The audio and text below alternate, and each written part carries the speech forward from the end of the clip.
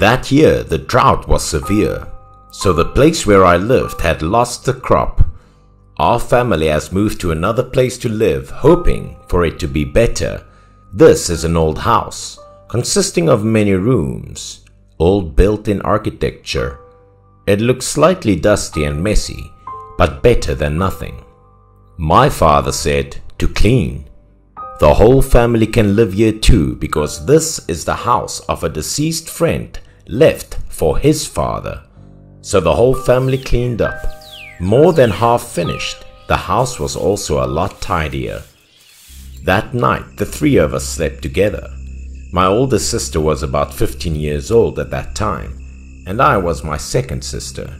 At that time, I was only 10 years old. Behind me was Chi, 6 years old. But for some reason, I was struggling and unable to sleep. I felt a sense of insecurity from the next room. The room is ancient. My family is not using it, so I haven't cleaned it up yet. That word kept emitting a creepy feeling. Losing sleep for a long time, I also gradually fell asleep. But not yet profound, I heard chuckles emanating from that room. Laughter growing louder. The door slowly opened. I began to panic, but still tried to stay silent in bed. And then, out of the room suddenly came out two girls, white faces, white eyes, and a strange smile. What scared me the most was that their feet weren't touching the ground. They were floating with red shoes. I panicked, but still tried to close my eyes and pretend I was sleeping as they slowly approached my mirror. I felt cold, and their gaze were on my three sisters. I don't know what they're going to do to us. I just laid there without moving. They kept whispering and smiling horribly. It seemed like they were choosing something. I was too young to notice the problem. In the end, it seemed like they chose me. I could feel a terrible cold hand touching my body. I tried to open my eyes slowly to look at the two sleeping next to me, hoping they would wake up to save me. But they were almost in a deep sleep, not knowing what I was facing. I glanced at them, but what I saw was genuinely awful. They're just two dry bones with old clothes. They were standing right behind me and seemingly tried to pull me somewhere. I was so scared. I hurriedly pulled the covers over my body and then fell asleep without realizing it. In the morning, everything was still as usual, but I still do not dare to open the blanket. After a while, little Lily woke me up when she saw that I wouldn't wake up. I quickly woke up, got out of my bed and blanket, and shouted about the two women who came out from that room last night. But my older sister may not believe what I said. She thought it was because I had a nightmare. No matter how I clung and cried, my sisters still doubted and didn't believe what I said. I recounted everything I experienced last night to her and hoped Nissan will come and take a look inside that room with a frightened expression. After hearing my mourning, Nissan reluctantly walked over to the room to examine the interior to reassure me that there was nothing inside. And indeed, Nissan opened the door of the room so I could come and see inside. Even though I was still terrified, I still walked over to her, hands clasping on Nissan and looking around inside the room. This is an old room, messy and thick. As my older sister said, there's no one inside. Maybe I'm dreaming. Because he waited for us for so long, my dad came in and saw three sisters standing in front of the other room door, so he urged us to come out for breakfast and asked what was going on.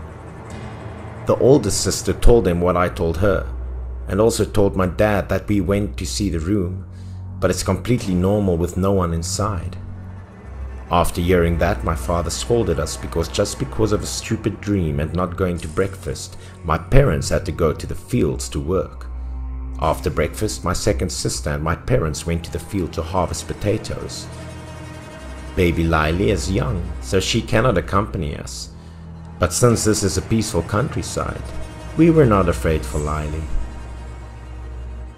After a while, rain started pouring down. We also drove the baskets of potatoes home. The cart got a lot heavier because this year the potatoes had a good harvest. We help each other carry each basket of potatoes into the house. This year we'll make a lot of money. I also gradually forgot about yesterday's horror. The rain was getting heavier and heavier, so we quickly loaded the potatoes inside. Otherwise, they would be waterlogged. As soon as we opened the door and looked into the house, we saw little Lily playing in the yard, seemingly very happy. My mother was worried because of the heavy rain that little Lily could still play in front of the yard, but refused to go to the house to shelter from the rain. My mother was afraid she would fall sick. But little Lily seemed highly excited and told her mother that she was enjoying herself with her beautiful sisters. In response to my mother's question, I gradually realized what was unusual, and it seemed what little Lily said was true. There were lots of shoe marks on the ground. She was playing with someone in the yard of the house. That night, out of panic about the night before, I asked to let me sleep with my parents. Even though nothing strange had happened all night, I was apprehensive about some nervous feeling that I could not sleep. The following day, as well as every day, the whole family sat together for breakfast. But Lily didn't eat anything, even when my parents told her to. My parents asked that little Lily said that she would be taken away to eat well by some beautiful sisters. The carefree words of a child did not make my parents too concerned. That day we also needed to go to the fields. As usual, my mother was afraid that a stranger would come to seduce Lily, so she told her not to open the door for anyone to come in. At that time I was a child, so I didn't know what happened. I just felt a little insecure. So I asked my mother to bring Lily along with me that day. But my father seemed annoyed by it because little Lily often ran and jumped. It would take time to watch. The whole family would not be able to concentrate on farming. Everyone in the family was afraid of my father, so according to my father's instructions, it would not be a problem to lock the door carefully. My mother also thought so, so she obeyed my father. I'm alone in discomfort, but I'm too young to give my opinion. Before the door closed, I still remember clearly now, her white face, dark eyes and strange smile of Lily. She looked at me like a farewell. After that we got into the familiar cart and left the house. After the field work, we could not see Lily playing in the yard anymore. When we came back home, it was strange that my mother called Lily repeatedly. After entering the house to search, my mother frantically ran out to inform everyone. The whole family was shocked. We split up to look for Lily. The older sister and I were worried about her. We ran around the village to see if anyone knew anything. My father entered the other strange room to search for her, and I was hoping that Lily was just playing hide and seek. But to our dread, little Lily was truly missing. After that we stayed for a bit longer, then eventually decided to leave the heartbreaking place and move to a neighboring village. Years later, when I was much older, I heard that people came to clean and break the house down for farmland. Suddenly, while breaking down the fence, they accidentally bumped into something that seemed hard below the ground, so they decided to dig down to take a look below. After a while of digging, they discovered a big wooden coffin, which surprised everyone because ordinary coffins could not be that big. They opened the lid of the coffin to examine the interior and took the remains of the deceased so they could be buried somewhere else. All this so that the dead would have a proper place to rest. The coffin was indeed huge, holding at least 3 to 4 people. They also worked very hard to be able to open the lid to close the inside. But what was inside surprised them, and the story spread everywhere, which led my family to learn the reason why little Lily disappeared so mysteriously. Inside the coffin were the corpses of 2 women and a child. They were placed very neatly inside of it. and just like the workers described, there was a little baby girl who fitted the exact same description as Lily. The two women had turned to white bones, but the child looked like she had died recently. At that time, as I was older, I could speak my mind and realized Lily should have never been the one to get caught, because the one who should have gotten caught should have been me.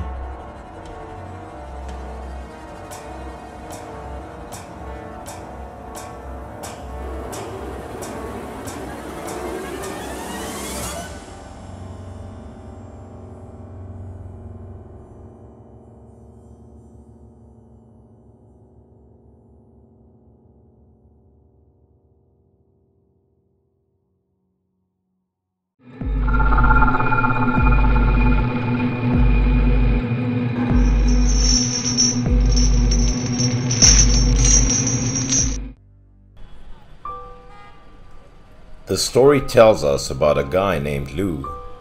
He was a construction worker who got married not too long ago. One day, while Lou was working at the construction site, he suddenly received a call. Picking up the phone urgently, the co-workers didn't know what Lou heard, but his face immediately changed. Not only that, but he also quit his job and ran away in panic. Certainly something bad had happened. Seeing Lou's reaction, his concerned colleague at the construction site was extremely worried for him. He promised to do the rest of Lou's work until he could return. The place where Lou rushed to was none other than the hospital. His wife Yin had a stroke because of overworking herself.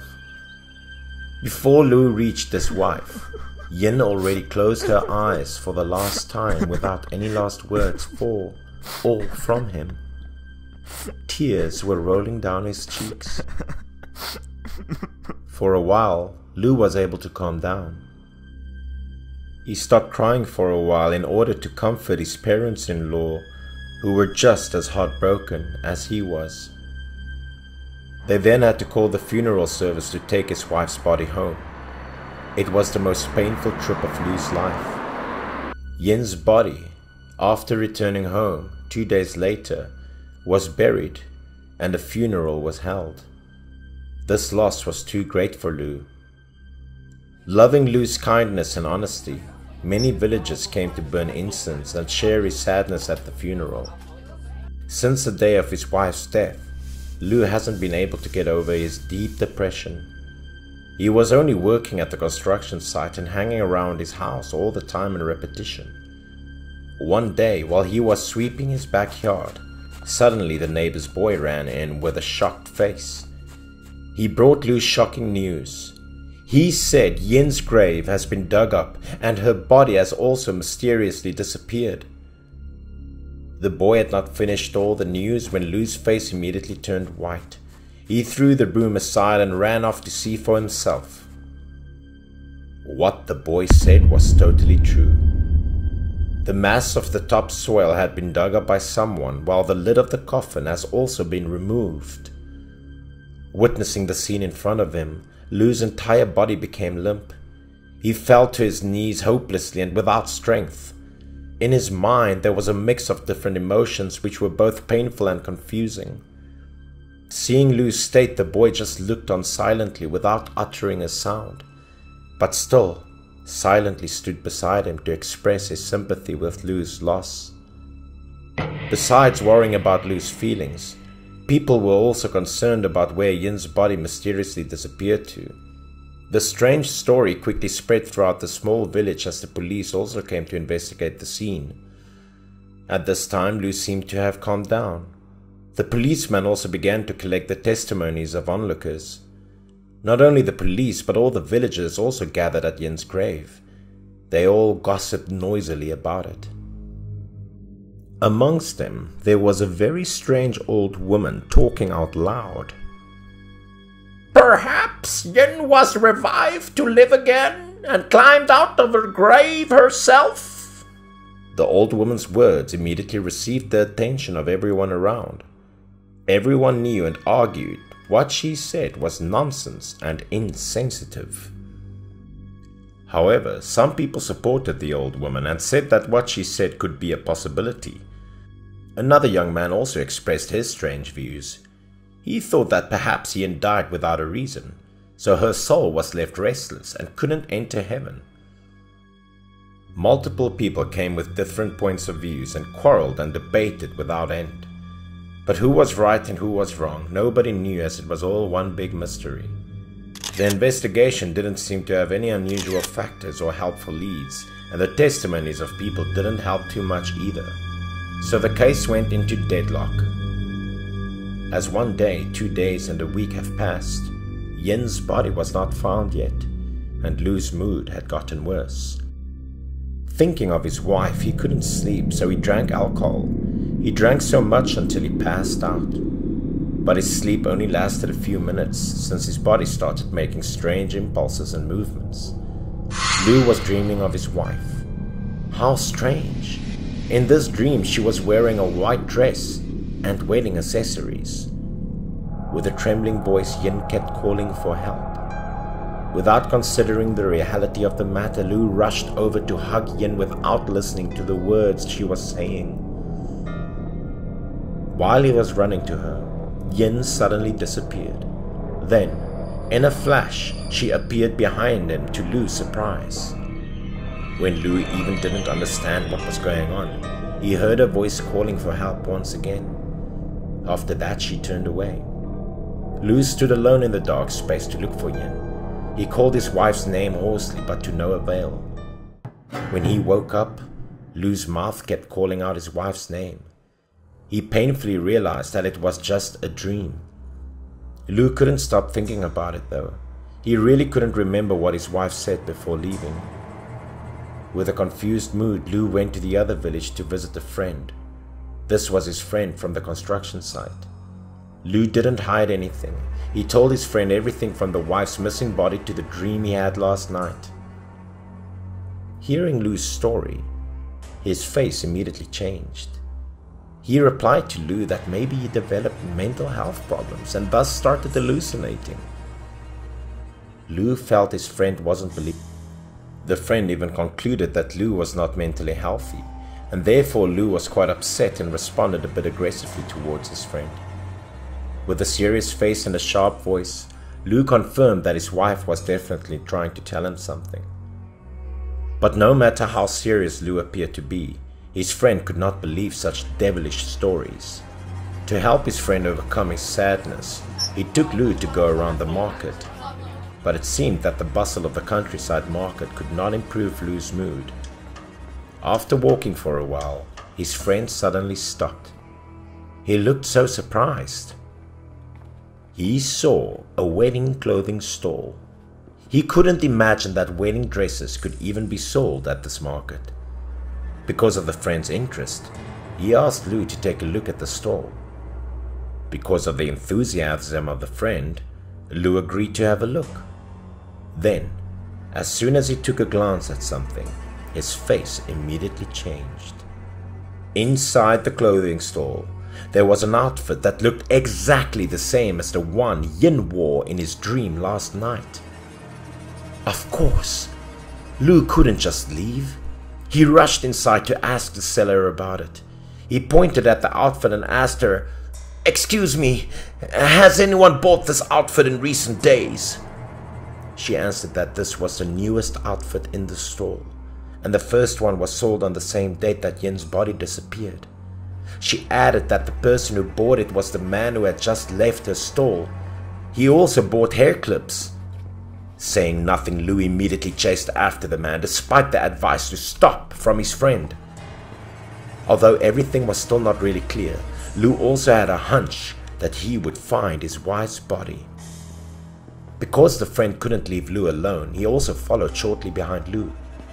The longer they followed the man, the more they felt like there was something odd about him, as the man showed unusual behavior which made him seem psychopathic by nature. After a long time following the strange man, they stopped in front of a house. Despite being a bit hesitant, they finally decided to open the gate and go inside the house. It was a big house like no other normal ones. they took notice of the Chinese symbol word for happy on the door. Lou didn't want to leave. The friend kept trying to convince Lou to leave because it was very embarrassing and impolite to break in someone's house without permission. But no matter what the friend said, Lou insisted on his intentions and walked silently over to the window and looked inside. Moments later, his face looked extremely angry. Lou kicked the door very hard. The friend who was discouraging Lou could not utter a word when the door opened. The scene in front of them was really terrible. The body in wedding clothes lying on the bed was Yin's, and the psychopath appearing to be a necrophiliac who was guilty of removing Yin's body was standing right there. After witnessing the scene, Lou immediately leaped towards the psychopath to beat him up, which he did. After all that transpired, the culprit was apprehended and arrested, all thanks to the strange dream Lou had. It would seem that Yin's soul indeed communicated with him in his dreams. Yin's body was returned to its resting place, but the pain in Lou's heart still wouldn't fade away easily.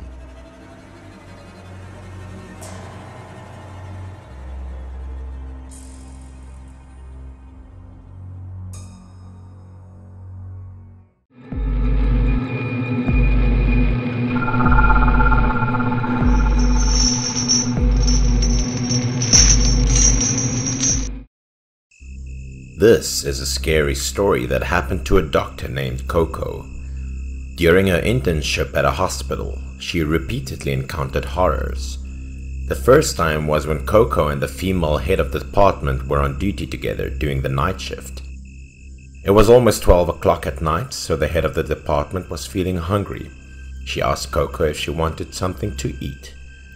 Coco, also feeling hungry since she only had eaten a bowl of noodles earlier that afternoon.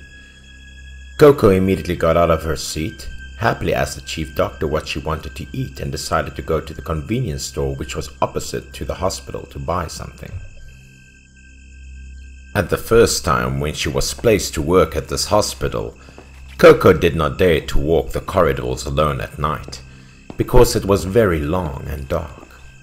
The surrounding space was silent. Only the sound of footsteps echoed. It would make people feel frizzy at first, but after time they would get used to it. Coco stepped out of the hospital and slowly crossed the street to see the convenience store right in front of her. Halfway across the street, the light from oncoming traffic lights made her feel dizzy. Coco turned her back to look back and realized it was a large bus. The appearance of the bus made Coco feel very strange, because buses like this didn't usually run late at night. Although she was not far away, she could not see the bus properly. The inside was blurry and looked very dim behind the lights. Coco did not care much about it as she quickly walked into the convenience store nearby. After choosing some items to buy, Coco brought them to the checkout counter to pay. The payment was quick and less than 10 minutes. Coco walked out of the store. Standing right opposite the hospital, Coco suddenly saw the blurry bus parking in front of the hospital gate, as if it was waiting for guests. 2 minutes later, Coco saw two people walking out from the hospital gate. One was an old man who dressed in a black fabric shirt, the other a young girl who was wearing a crimson-red dress. After the two of them got into the vehicle, the bus turned around and drove away. Coco returned to the office. She did not know that there was a bus stop in front of the hospital gate, so she immediately asked the head of the department to confirm this new information. The head of the department also said that there was indeed a bus stop in front of the hospital gate, but it usually finished at 9 o'clock at night. At this point, Coco blurted out what she just witnessed. The head of the department did not believe her. She assumed that Coco was mistaken, because there could not be any buses running at 12 o'clock at night. Coco once again firmly asserted that what she saw was a bus, and that there's no way she could be mistaken in its appearance.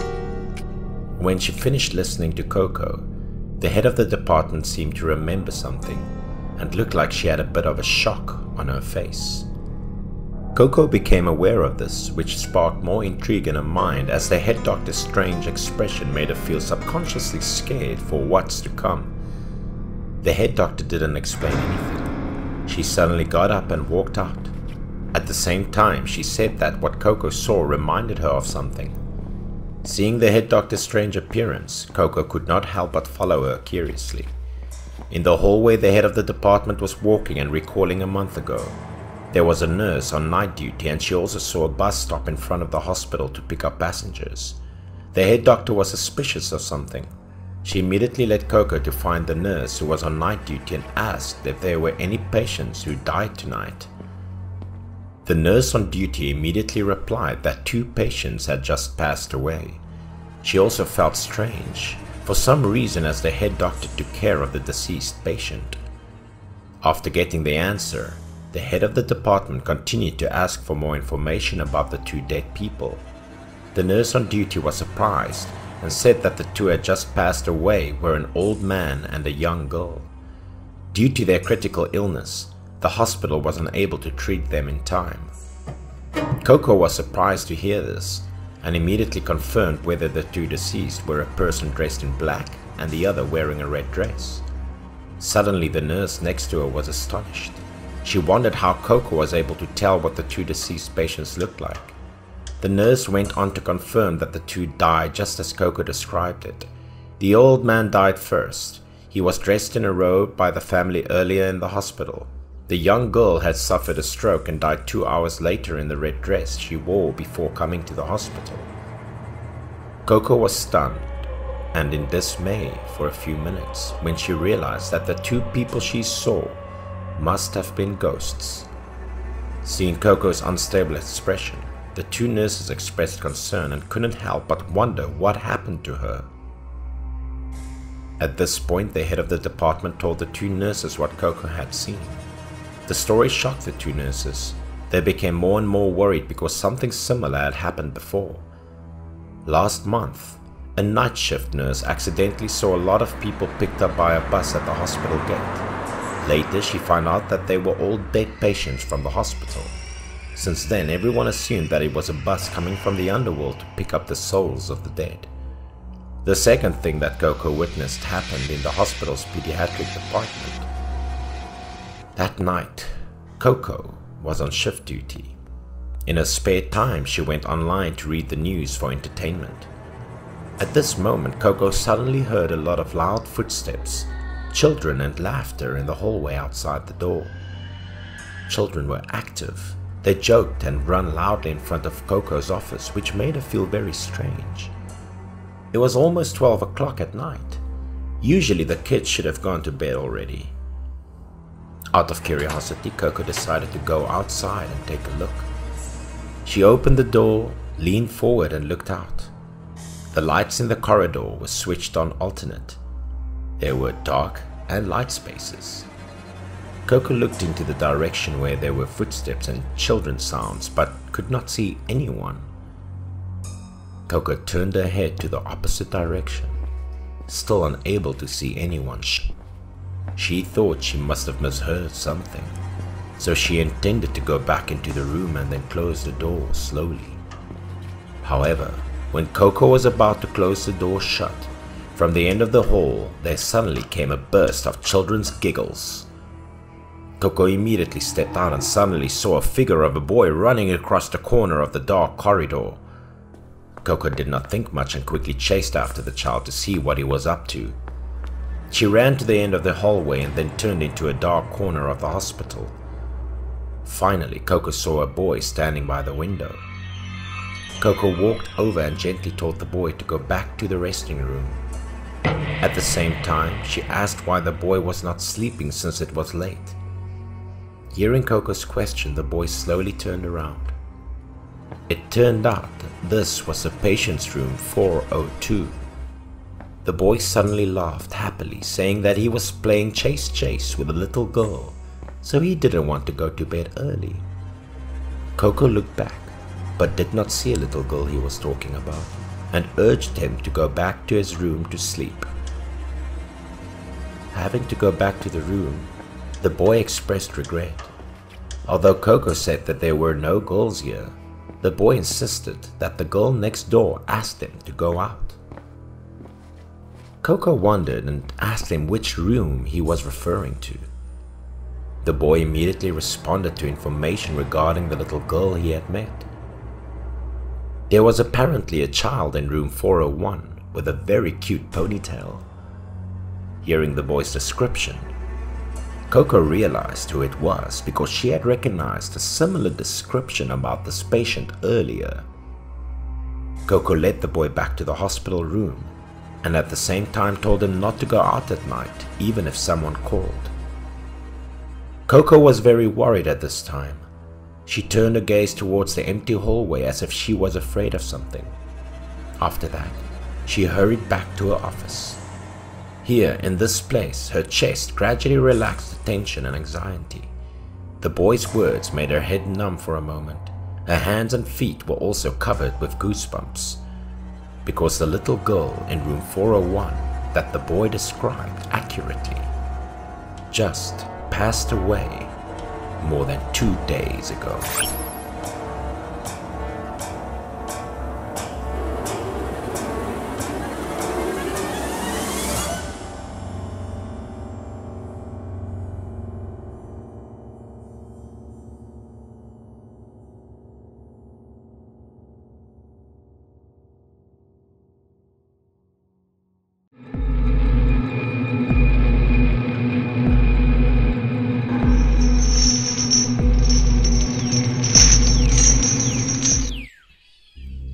The story happened with a small family living in a rural area consisting of Mr. Hasu and Miss Ruri and their 7-year-old daughter named Na. The whole family always wanted to have a son to show off their faces to people in the village. Fortunately, this year as Ruri already had an ultrasound of her son, she happily showed it off to her neighbors. Ruri satisfyingly touched her belly and told her neighbor that day by day she was even more excited and looking forward to the baby. Her neighbor offered a suggestion that she should be ready for anything. Besides, she had to consult a fortune teller too to wait for the good day and hold a ceremony to get her son's name. Ruri replied that only the family of her husband was superstitious, but she absolutely did not put much faith in divination. The neighbors still had the opinion that they had to abstain from giving all kinds of things for this child because the couple was having a hard time having a son in the first place. At that time, Na was playing nearby, so when listening to her neighbor's opinion, Ruri dragged her away to make conversation. The neighbors were surprised and asked, "Why did you do that?" Ruri said sadly that she was afraid to talk about the importance of her brother, and this made her feel somewhat sad about Na.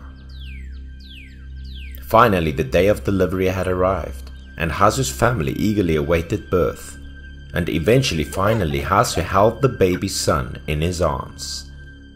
However, the warm atmosphere was immediately extinguished when Hasu shouted loudly at his daughter because she wanted to hold her brother. Arriving home, things started getting more difficult. The newly born son was sick with a strange disease. He kept groaning without eating or drinking. The couple were very worried.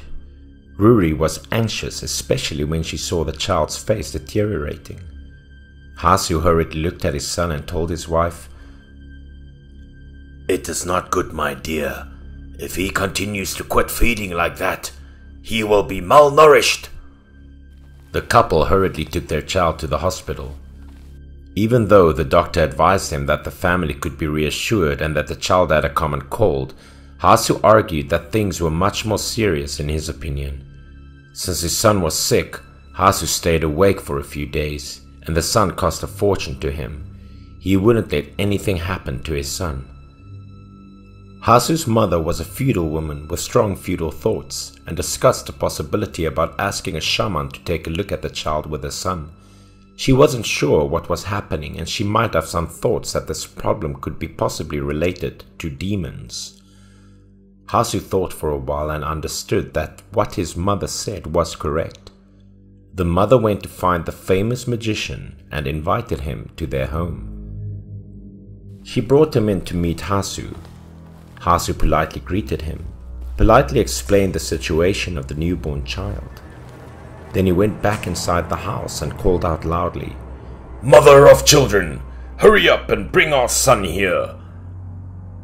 Ruri slowly brought out the baby.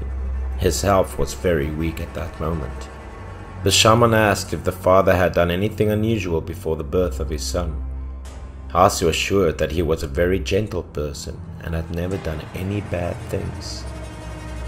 The Magus looked at the child for a long time and then said that the child had a curse of death and it would be hard to save his life.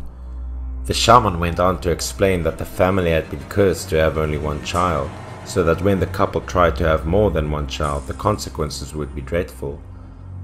The grandmother gasped in surprise and believed in the shaman's words as she kept asking if there was a way to break the curse and save her unique grandson.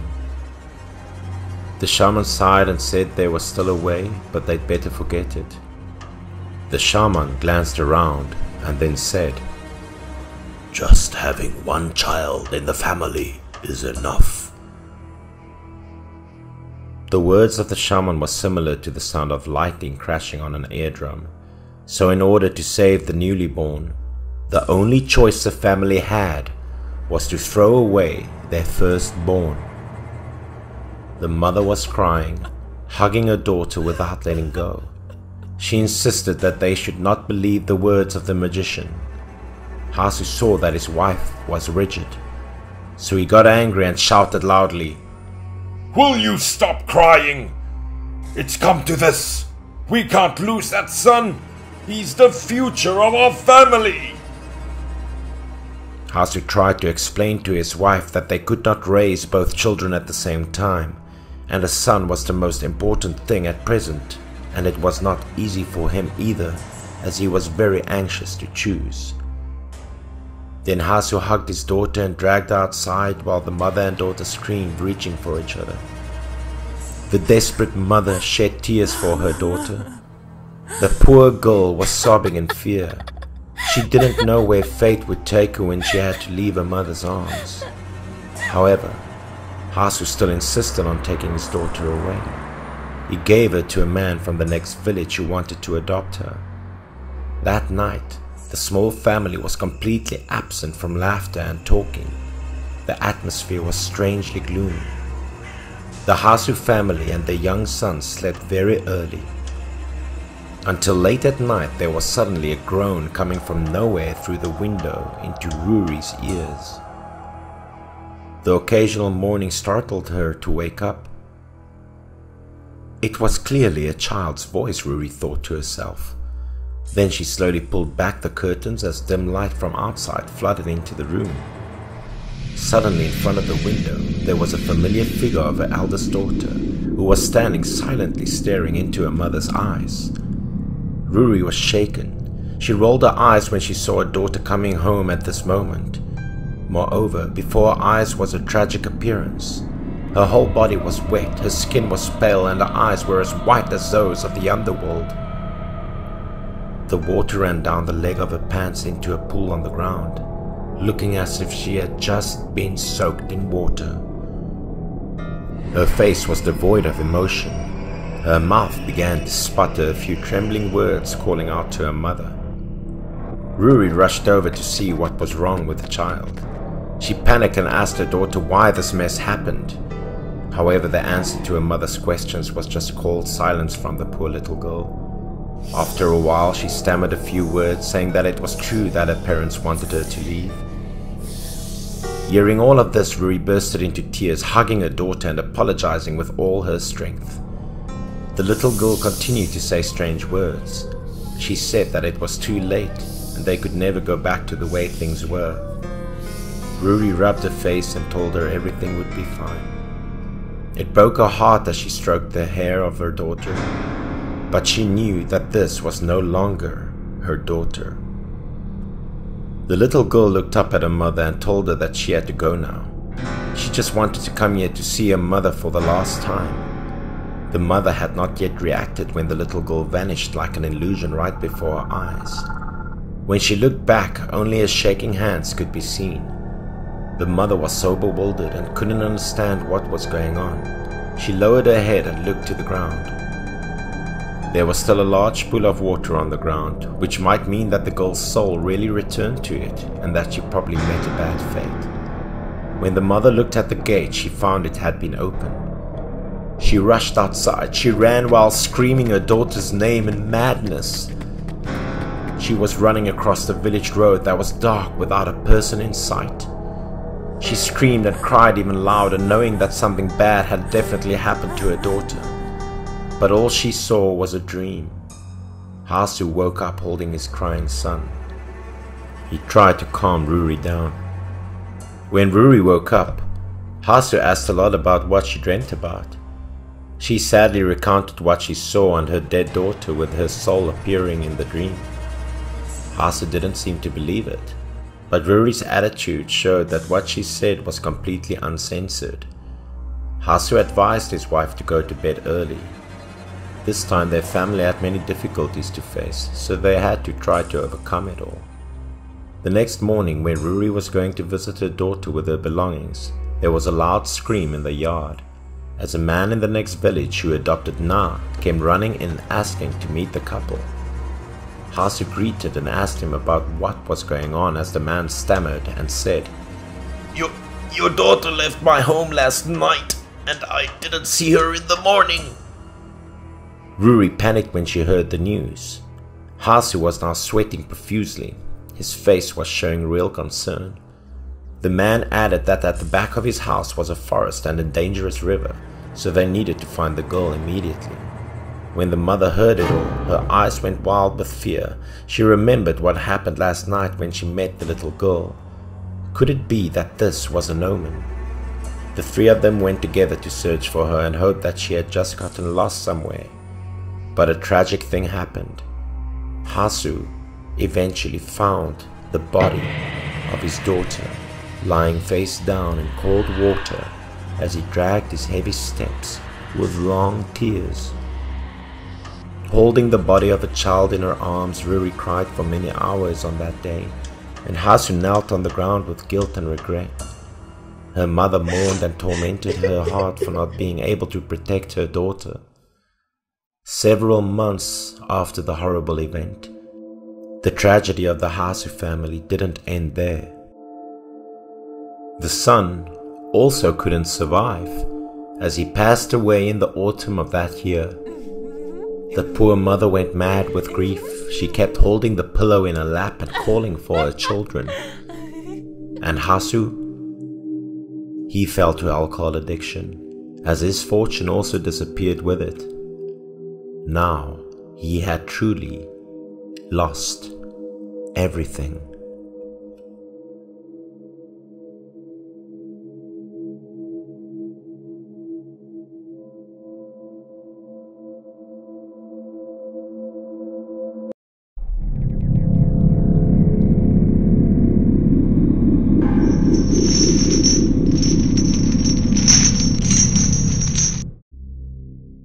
There's this young student at my company who just started his internship there.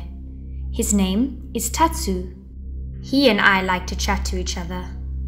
One uneventful morning, Tatsu unceremoniously mentioned that he had met a ghost once. He then proceeded to tell me how it happened. This story started at Tatsu's old apartment, place he used to stay at before hired by the company. He told me about one of his neighbors, a successful doctor, living with his mother and wife.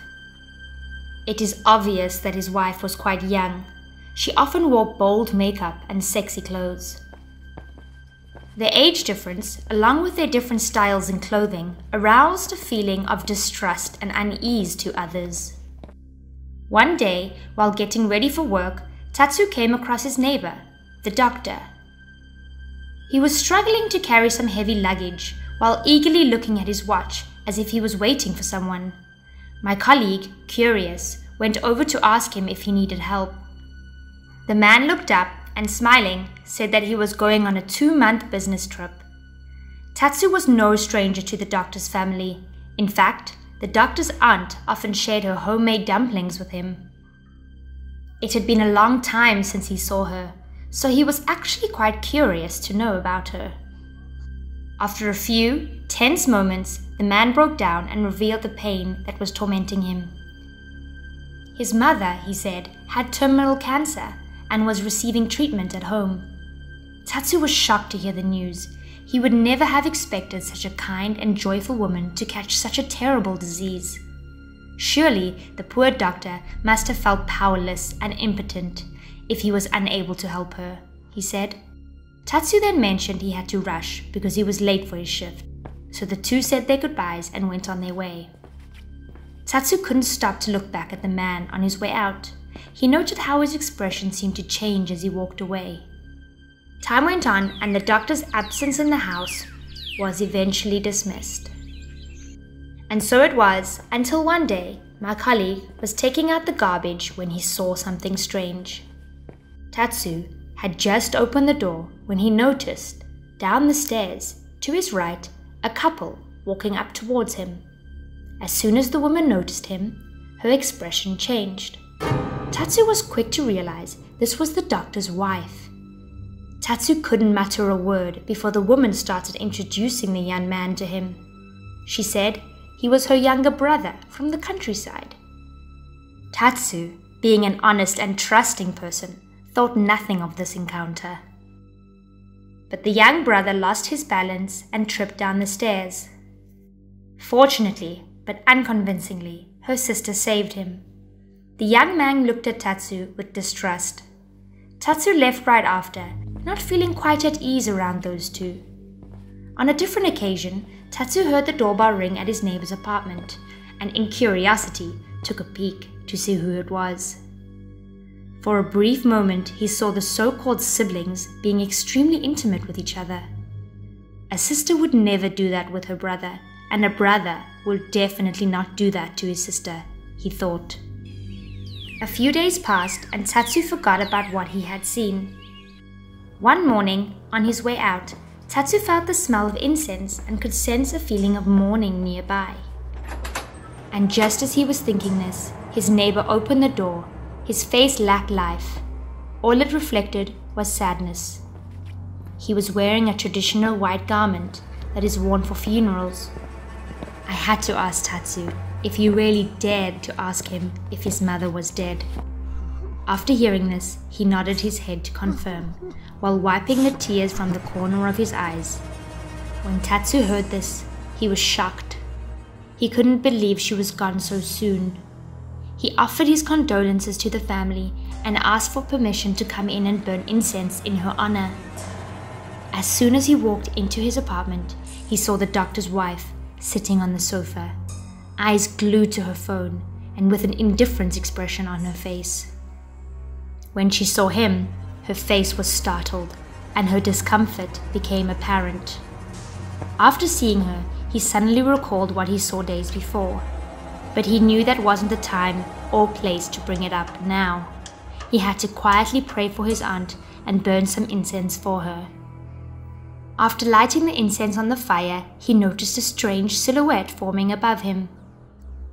Just above the shrine where her picture rested, Tatsu in horror saw blood running down the wall and coming from the aunt's face in the picture. He was so scared that he even tripped back. He was screaming, trying to get away from this horrible display. His scream called the attention of everyone, especially the doctor, who rushed back to see what happened. He helped Tatsu off the sofa in the living room and asked him about what happened. Tatsu was trembling and scared, trying to tell the doctor about what he had seen in the auntie's photo. But when the couple looked around, they saw nothing out of place. Tatsu was shocked, unsure if what he had seen was the result of an hallucination or something else. Then, behind him, he saw the doctor's wife, looking suspicious. Before he left, he said his goodbyes to the man and tried to comfort him as much as he could. Tatsu thought that was the end of it, but not even a day after, his life turned upside down. The next night, Tatsu left for work late. He was doing overtime and left for home at 11 p.m. Tatsu just entered the house when a cold, gloomy air rushed over him. But since He had had a long day of work and was tired. He just disregarded it, ate some noodles, and went to bed. That night, Tatsu couldn't sleep. He suddenly woke up startled in the middle of the night, and for as much as he tried, he could not go back to sleep. As he struggled to fall asleep, he heard a strange sound coming from the living room. It sounded like someone munching on bread. He went out to check out the strange sound, but as soon as he opened the door, he saw a dreadful scene in front of him. Standing there in the living room was the old lady who had just passed away, devouring a loaf of bread. Her face was indiscernible. All he could see was a white, glowy face that almost made him faint. Tatsu ran back into his room, jumped on his bed, and went under the blankets. He was shaking and trembling like never before. His whole body was wrapped up in blankets. He could barely control the shaking as he tried to pray for help. After a moment of silence, the lady's soul slowly opened his door and walked in. She walked right to his side. Her face was as bloody as in the picture he had seen at the funeral. Tatsu was shaking, begging for his life, but the woman just stood there and with a calm voice told him about her demise. She said that her daughter-in-law refused to feed her and so she starved to death. She only spent her time with another man while her son was away. Hearing this made Tatsu feel unsettled. He wanted to ask her why she was not haunting her daughter-in-law instead of him, but he was too scared, but eventually did so. The lady with the croaky voice told him that she could not enter the house for there was something stopping her. This is why she came to ask him for help. Hearing that, Tatsu suddenly remembered the promise he had made to his neighbor's family in front of the aunt's picture. He promised to help if they ever needed him. He then also remembered the times the cheating woman had deceived her husband. Tatsu changed his expression. He looked angry and determined now. He sat up and threw the blankets away. He then told the spirit that he would help her. But when he saw her clearly, his nose started bleeding. Hearing Tatsu's offering made the spirit tear up. Tatsu told her that he would go the next morning to their house to clarify this whole situation. Hearing this, the old woman laughed and smiled. She thanked him deeply. She said that fulfilling her wish would help her be in peace. She then faded away through the door until she disappeared. It seemed like the wicked daughter-in-law is going to get her comeuppance and will deal with immeasurable consequences. The next morning, as soon as Tatsu saw the doctor's wife leave, he went over to his house. The doctor was surprised to see him there at such an early time in the morning. With quick wit, Tatsu told him that his toilet was clogged and wanted to ask to use theirs. The doctor, being a neighborly man, immediately agreed. Once inside his home, Tatsu sneakily went to the aunt's shrine. He looked around, searching for the thing the spirit mentioned the night before. He kept on searching, looking for any unusual objects. When he reached the front of the wife's room, he saw a bowl with a bunch of mirrors hanging from the door. Tatsu did not know what it was, but it was surely unusual, so he decided to take it down to bring it to the spirit. If I do this, the spirit won't hang around my place anymore, he thought. Tatsu said that not long after that, he started his internship at my company, and shortly after, Tatsu accidentally stumbled upon his neighbor on the street. This time around though, he looked even more devastated, like he had just been through more pain and sorrow. He tried greeting him, but the doctor did not answer. Tatsu was curious, so he asked people close to him about his family. A person told him that his wife had suddenly gone crazy. One day, she just lost it. She grabbed a knife, cut her face, and gouged her own eyes before finally slicing her throat open. Everything was finally revealed, and she confessed.